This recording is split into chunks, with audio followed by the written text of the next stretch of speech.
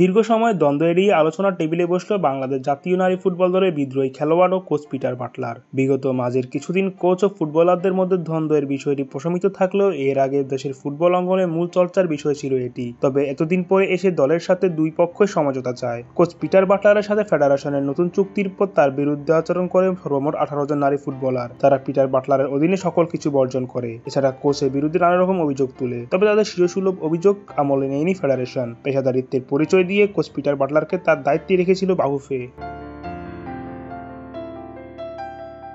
মাঝের কিছুদিন পার হয়েছে। গতকাল থেকে শুরু হয়েছে নারী এশিয়ান কাপের বাছাই পর্বের ক্যাম্প। কোচ পিটার বাটলারও গতকাল ছুটি শেষ করে ঢাকায় এসে পৌঁছেছেন। আজ সমঝোতার টেবিলে দুই পক্ষ বসলেও বিদ্রোহী খেলোয়াড়রা আজকে হওয়া প্রথম জিম সেশনে অংশগ্রহণ করেনি। আজকে কোচ ও খেলোয়াড়দের মাঝে বিভিন্ন বিষয় নিয়ে আলোচনা হয়েছে। কোচ যেমন খেলোয়াড়দের অভিযুক্ত করেছেন, তার পাশাপাশি তাদের আন্দোলনের সমালোচনাও করেছেন। যুক্তিতর্কে কোচের সাথে পেরে ওঠেন নারী ফুটবলাররা। কোচ পিটার বাটলার বিদ্রোহী খেলোয়াড়দের যুক্তি খণ্ডনের পাশাপাশি তার নিজের যুক্তিও দাঁড় করিয়েছেন। তবে শেষ পর্যন্ত খেলোয়াড়দের বিগত সকল দ্বন্দ্ব ভুলে যাওয়ার আহ্বান জানান তিনি। পাশাপাশি নিজেও সবকিছু ভুলে যাবেন বলে আশ্বাস দেন।